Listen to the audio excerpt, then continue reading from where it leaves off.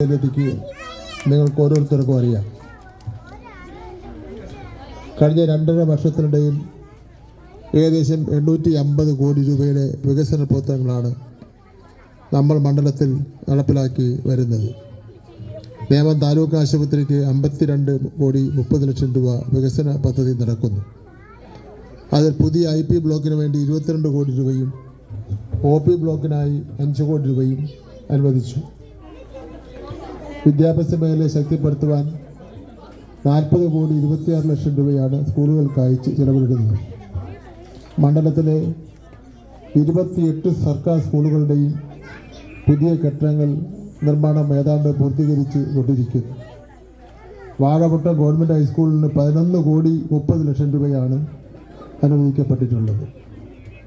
റോഡുകളുടെയും പാലങ്ങളുടെയും വികസനത്തിനായി 254 കോടി രൂപ 70 ലക്ഷം രൂപയാണ് മണ്ഡലത്തിൽ മാറ്റിവെച്ചിട്ടുള്ളത്. മുടവൻമുകൾ പാലത്തിനായി 13 കോടി രൂപയും കല്ലടിമുഖം പാലത്തിനായി 10 കോടി 32 ലക്ഷം രൂപയും അനുവദിച്ചു. നമ്മുടെ തൊട്ടടുത്ത പ്രദേശങ്ങളായ കൈമനം, നരിപ്പിൽ, അമ്പനാട് എന്നിവിടങ്ങളിൽ കുടിവെള്ള പൈപ്പ് സ്ഥാപിക്കുന്നതിനായി ലക്ഷങ്ങൾ ചെലവഴിച്ചു. വാഴമുട്ടത്ത് 40 കോടി രൂപ ചെലവിൽ വരാനിരിക്കുന്ന നാഷണൽ ഹൗസിംഗ് മ്യൂസിയം മണ്ഡലത്തിന് വലിയൊരു അഭിമാനമാകും. കൂടാതെ അംബേദ്കർ ഗ്രാമവികസന പദ്ധതിയുടെ വിവിധ കോളനികൾ 1 കോടി രൂപയുടെ വീതം വികസന പ്രവർത്തനങ്ങൾ നമ്മൾ ഉറപ്പാക്കിയിട്ടുണ്ട്. ഇതൊന്നും ഒരു വ്യക്തിയുടെ വൻ നേട്ടമല്ല, മറിച്ച് നിങ്ങളുടെ ഓരോരുത്തരുടെയും സ്നേഹത്തിൻ്റെയും സഹകരണം കൊണ്ട് സാധ്യമായതാണ്. നിങ്ങൾക്ക് നേരിട്ടറിയാവുന്ന കമലേശ്വര സ്കൂളിനെ സംബന്ധിച്ചിടത്തോളം ഞാൻ മറ്റു കാര്യങ്ങളെത്തിക്കൊന്നും പോകുന്നില്ല. അവിടെ പുതിയ കെട്ടിടം വരാൻ വേണ്ടി പോവുകയാണ്, പുതിയ കോഴ്സ് വരാൻ വേണ്ടി പോവുകയാണ്.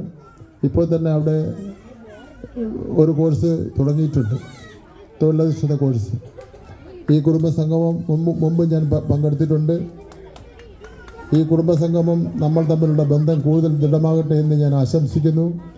കുട്ടികളെല്ലാം ഡാൻസ് കളിക്കുന്നതിന് വേണ്ടിയും കലാപരിപാടി അവതരിപ്പിക്കുന്നതിന് വേണ്ടിയും തയ്യാറെടുത്ത് നിൽക്കുകയാണ്. അപ്പോൾ അവർക്കെല്ലാവർക്കും ഒരു അവസരം കൊടുക്കുക, പ്രസംഗത്തിനല്ല പ്രാധാന്യം എന്നുള്ള കാര്യം മാത്രം സൂചിപ്പിച്ചുകൊണ്ട് ഞാൻ ഈ വലിയ വീടിലായി റെസിഡൻസ് അസോസിയേഷൻ്റെ സമ്മേളനം വളരെ സന്തോഷത്തോടു കൂടി ഉദ്ഘാടനം ചെയ്തതായി പ്രഖ്യാപിക്കുന്നു.